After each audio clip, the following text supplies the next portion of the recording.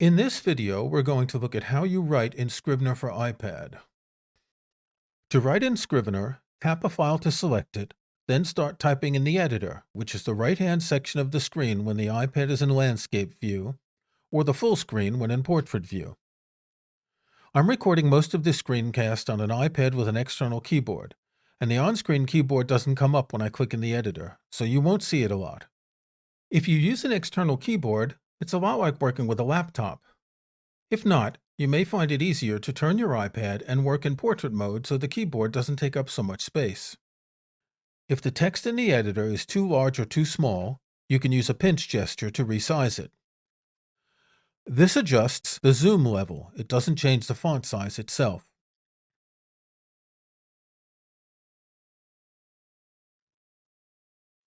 When you're writing in the editor, the icons in the top row change, and these are different if you are in landscape or portrait mode.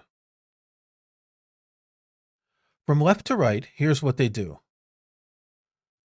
The full screen icon hides the binder, so all you see is the text you're working on. To display the binder again, tap your project title in the top left. This full screen icon is only visible if you're in landscape mode. When you work in portrait mode, the editor is always full screen, and you can display the binder by swiping from the left of the screen. The circled T enables typewriter scrolling, which keeps the current line centered in the display as you type.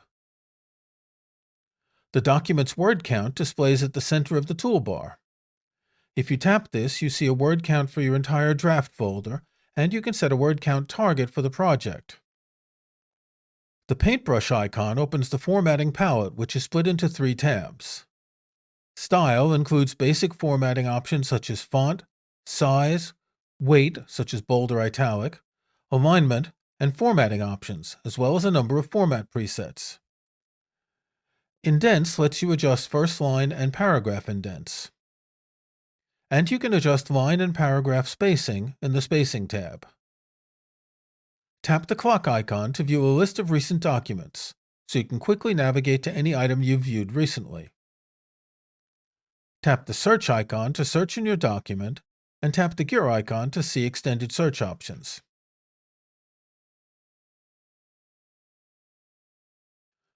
Scrivener for iPad has an extended keyboard row which displays special shortcut keys. By default, this includes commonly used punctuation, options for selection and navigation, and formatting tools. There are 3 sets of buttons, and you can swipe left or right on the keyboard row to see all these buttons. You can show or hide the extended keyboard row by tapping this button at the right of the screen. If you tap and hold a button, Scrivener displays a palette with options from each of the 3 keyboard row types. You can combine character, formatting, and navigation shortcuts on any keyboard row. Tap Done to save your changes. If you want to restore the keyboard row to its default settings, tap Restore Defaults.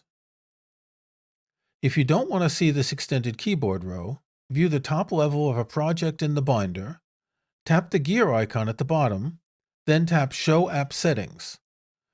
This opens the Scrivener settings in the iPad's Settings app. Tap on Editor, then toggle off Keyboard Row. Have a look at the other settings here that affect the Scrivener editor. Get Scrivener for iPad and iPhone from the App Store.